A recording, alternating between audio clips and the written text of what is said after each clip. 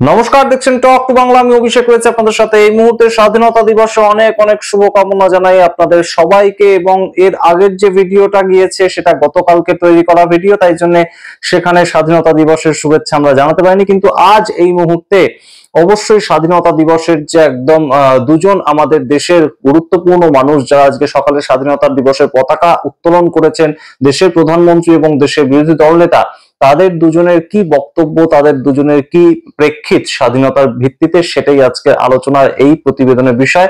প্রধানমন্ত্রী নরেন্দ্র মোদী তিনি যেমন বক্তব্য রেখেছেন আত্মনির্ভর ভারত তৈরি করতে হবে, সেটাকে নিয়ে ঠিক তেমন ভাবেই রাহুল গান্ধী তিনিও কিন্তু আরো একবার মনে করিয়ে দিয়েছেন যে দেশের মানুষ যেন তাদের নিজেদের গণতান্ত্রিক অধিকারটা সঠিকভাবে প্রয়োগ করতে পারে, এক ব্যক্তি এক ভোট, সেটা যেন আরো একবার সঠিকভাবে দেশে প্রতিপালিত হয়, সেটাই আমাদের কিন্তু এই মুহূর্তে একটা সংজ্ঞাবদ্ধ হতে হবে। আমাদের কিন্তু এই দৃঢ় প্রতিজ্ঞা নিয়ে এগোতে হবে, তেমনই কিন্তু বলছেন রাহুল গান্ধী।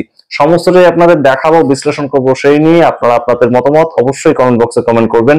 তার আগে টক টু বাংলা ইউটিউব চ্যানেলকে সাবস্ক্রাইব করে দিন। আপনারা জানেন যে এই মুহূর্তে দেশে কিন্তু জ্বলন্ত বিষয় যেটা, সেটা কিন্তু যে একদম বিহারের এসআইআরটা যেমন ভাবে চাপিয়ে দেওয়া হয়েছে সেটা একটা ফ্যাক্টর ছিল, কিন্তু তার পরবর্তীতে রাহুল গান্ধী 7ই আগস্ট ভোট চুরি নিয়ে যেভাবে একদম প্রকাশ্যে এনেছিলেন বিষয়টাকে, ইলেকশন কমিশন ভোট চুরি করছে, সেই বিষয়টা আসার পর থেকেই কিন্তু একদম সারা দেশ মুখরিত হয়েছে এই বিষয়টা নিয়ে। এবং আইএনডিআই এর জোট সামগ্রিকভাবে কিন্তু এখন অ্যান্টি বিজেপি একটা মুভমেন্ট শুরু করেছে। তার আগে আপনাদেরকে দেখাই যে এই মুহূর্তে দেশের প্রধানমন্ত্রী নরেন্দ্র মোদী তিনি আজকে সকালবেলা লাল কেল্লা থেকে যে বক্তব্য রাখলেন, তার যে মূল নির্যাসটা সেটা কিন্তু আত্মনির্ভর ভারত গঠন করার একটা তিনি কথা বললেন, একটা চিন্তা ভাবনা তিনি বললেন, এবং তার মাধ্যমে ভারতবর্ষের ইকোনমিকে এগিয়ে নিয়ে যেতে হবে, তেমন একটা ডাক দিলেন দেশের প্রধানমন্ত্রী নরেন্দ্র মোদী।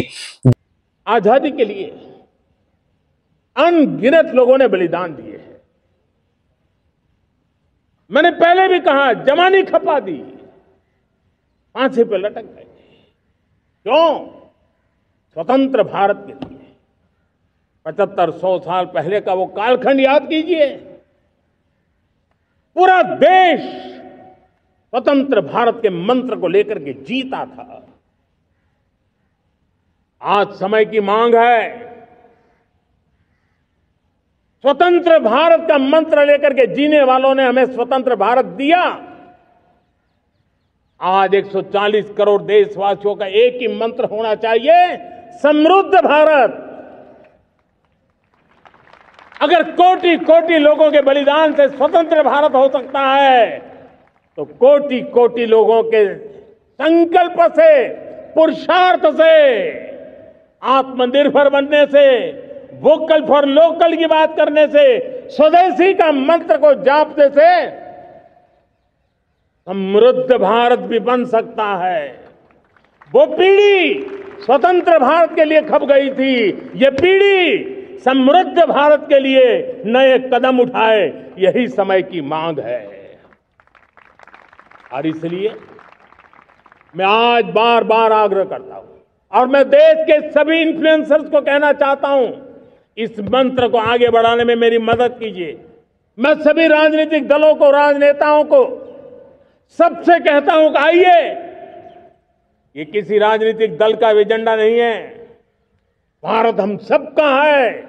हम मिलकर के वोकल फॉर लोकल, उस मंत्र को हर नागरिक के जीवन का मंत्र बनाएं।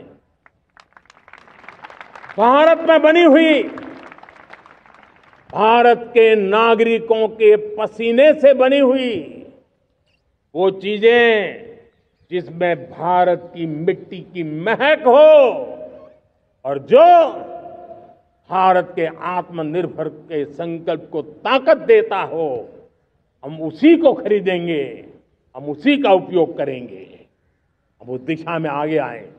यह हमारा सामूहिक संकल्प हो, देखते ही देखते हम दुनिया बदल देंगे। दोस्तों, मैं आज हर छोटे मोटे व्यापारी को, दुकानदार से आग्रह करना चाहता हूं, आपकी भी जिम्मेवारी है। हम छोटे थे, हमने कभी बाजार में देखा नहीं था कि शुद्ध घी की दुकान, ऐसे ही लिखा जाता था घी की दुकान। लेकिन समय रहते लोग लिखने लगे शुद्ध घी की दुकान। मैं चाहता हूं देश में ऐसे व्यापारी आगे आए, ऐसे दुकानदार आए कि हाँ स्वदेशी माल बिकता है, वो बोर्ड लगा रहे हैं। हम स्वदेशी का गर्व करने लगे। हम स्वदेशी मजबूरी में नहीं, मजबूती के साथ उपयोग करेंगे, मजबूती के लिए उपयोग करेंगे और जरूरत पड़ी तो औरों को मजबूर करने के लिए उपयोग करेंगे। ये हमारी ताकत होनी चाहिए, ये हमारा मंत्र होना चाहिए। আপনারা শুনলেন নরেন্দ্র মোদী কি বললেন, একদম আত্মনির্ভর ভারত গঠন করার দিকে জোর দিলেন তিনি। কিন্তু প্রশ্ন উঠছে বিভিন্ন মহল থেকে যে কেন এতদিন আত্মনির্ভর ভারত গঠন করার দিকে নজর দিচ্ছেন নরেন্দ্র মোদী? তিনি কি আর বিশ্বাস করতে পারছেন না আমেরিকাকে কিংবা চায়নাকে? এই প্রশ্ন কিন্তু এই মুহূর্তে উঠতে বাধ্য। তার কারণ আমেরিকা এই মুহূর্তে ভারতবর্ষের উপর যেভাবে 50% ট্যারিফ চাপিয়ে দেওয়ার কথা এই মুহূর্তে অলরেডি ঘোষণা করে দিয়েছে, তার পরবর্তীতে কিন্তু আর যে একদম আমেরিকার সঙ্গে যে ব্যবসাগুলো ভারতবর্ষের চলতো সেটা যে খুব একটা সুখকর পরিস্থিতি আর থাকবে না সেটা কিন্তু বোঝাই যাচ্ছে। এবং করে নিজেদেরকে আরো অর্থনৈতিকভাবে উন্নত হতে হবে, সেটা কৃষির দিক থেকে হতে পারে, ছোট শিল্পের দিক থেকে হতে পারে, ভারতবাসীদের নিজেদের তৈরি যে হস্তশিল্প বা কুটির শিল্প কিংবা ইন্ডাস্ট্রি, বড় বড় ইন্ডাস্ট্রি, সেদিক থেকেও হতে পারে। প্রত্যেকটাই কিন্তু নিজেদের যে সংস্থান সেটার দিক থেকে ইকোনমিকে আরো বড় করতে হবে, ই কমার্স সেক্টরকে আরো বড় করতে হবে, আইটি সেক্টরকে আরো বড় করতে হবে, এআই যে সেক্টর নতুন আসছে একদম আর্টিফিশিয়াল ইন্টেলিজেন্স, সেই জায়গাগুলোকে কিন্তু আরো একদম রীতিমতন শক্তিশালী করতে হবে ভারতবর্ষকে, একদম অর্থনৈতিকভাবে উল্লেখযোগ্য করার জন্য, পৃথিবীর সঙ্গে মোকাবেলা করার জন্য। তার কারণ আমেরিকা কিংবা বাইরের যে দেশগুলো তারা কিন্তু ভারতবর্ষকে মৃত ইকোনমি সেটা হিসাবে প্রতিপন্ন করার একটা চেষ্টা করছে। এবং ডোনাল্ড ট্রাম্প সে কথাটা বলেও দিয়েছেন যে ভারতবর্ষের যে অর্থনীতি সেটা মৃত অর্থনীতি এই মুহূর্তে, সেখান থেকে ঘুরে দাঁড়ানোর জন্য অবশ্যই আত্মনির্ভর ভারত সেটা করার একটা সংকল্প নিতে হবে। প্রধানমন্ত্রী নরেন্দ্র মোদী তাই বলছেন। এবার আপনাদেরকে জানাই যে রাহুল গান্ধী লোকসভার বিরোধী দলনেতা, এবং তিনি আজকে যখন একদম সরাসরি কংগ্রেসের কার্যালয়ে তিনি পতাকা উত্তোলন করতে যান, সেখানে মাল্লিকার্জুন খার্গে ছিলেন এবং অন্যান্য কংগ্রেস নেতৃত্বরাও ছিলেন, এবং সেইখানে তখন কিন্তু বৃষ্টি নেমে যায়। আপনারা দেখতেও পাচ্ছেন সেই ভিডিও। সেখানে বৃষ্টির মধ্যেই রাহুল গান্ধী ছাতা ছাড়াই দাঁড়িয়ে থাকেন এবং তিনি সেলিউট করেন, পতাকা উত্তোলন করেন এবং সম্পূর্ণ রাষ্ট্রীয় গান যেটা সেটা গান।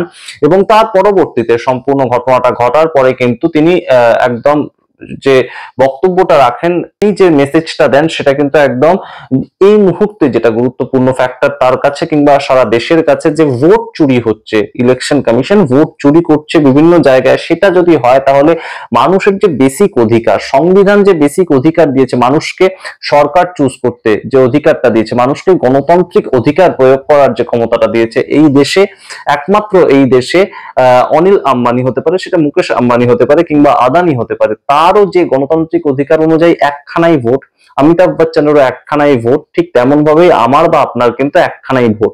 সেটাই কিন্তু হওয়ার কথা, কিন্তু সেটা কিন্তু দেখা যাচ্ছে না। অর্থাৎ তাদের সরকার চুজ করতে তাদের যে একদম অধিকার তারা প্রয়োগ করে, সেই একই অধিকার আমরা প্রয়োগ করি। একটা সমতা, একটা আমাদের সংবিধান আমাদেরকে কিন্তু সেই সমান অধিকারটা দিয়েছে, এবং সেই জায়গা থেকেই কিন্তু এইটাই যদি অধিকারটা, বেসিক স্ট্রাকচারটাই যদি সংবিধানের ক্ষুণ্ণ হয়, সেটা হয়, তাহলে কিন্তু সেটা প্রশ্ন চিহ্নের মুখে পড়তে বাধ্য। সামগ্রিক প্রতিবেদনের ভিত্তিতে আপনারা কি মনে করেন অবশ্যই কমেন্ট বক্সে কমেন্ট করে জানান, এবং অবশ্যই আপনাদের মতামতে ব্যাখ্যা করুন যে কোন পথটা এই মুহূর্তে ভারতবর্ষের জন্য সঠিক পথ হবে। আত্মনির্ভর ভারত সেই দিকে এগিয়ে নিয়ে গিয়ে আমাদের অর্থনীতিটাকে চাঙ্গা করা, সেটাই কি এই মুহূর্তে আশু কর্তব্য, নাকি মানুষের গণতান্ত্রিক অধিকার সেটাকে বাঁচিয়ে রাখা, সেটাকে একদম রীতিমতো নিরাপত্তায় ঢেকে রাখা, সেটা আশু কর্তব্য? আপনাদের মতামত অবশ্যই গুরুত্বপূর্ণ, এবং অবশ্যই জানান যে আপনাদের স্বাধীনতা দিবস আপনারা কিভাবে উদযাপন করলেন। জয় হিন্দ, বন্দে মাতরম। ধন্যবাদ।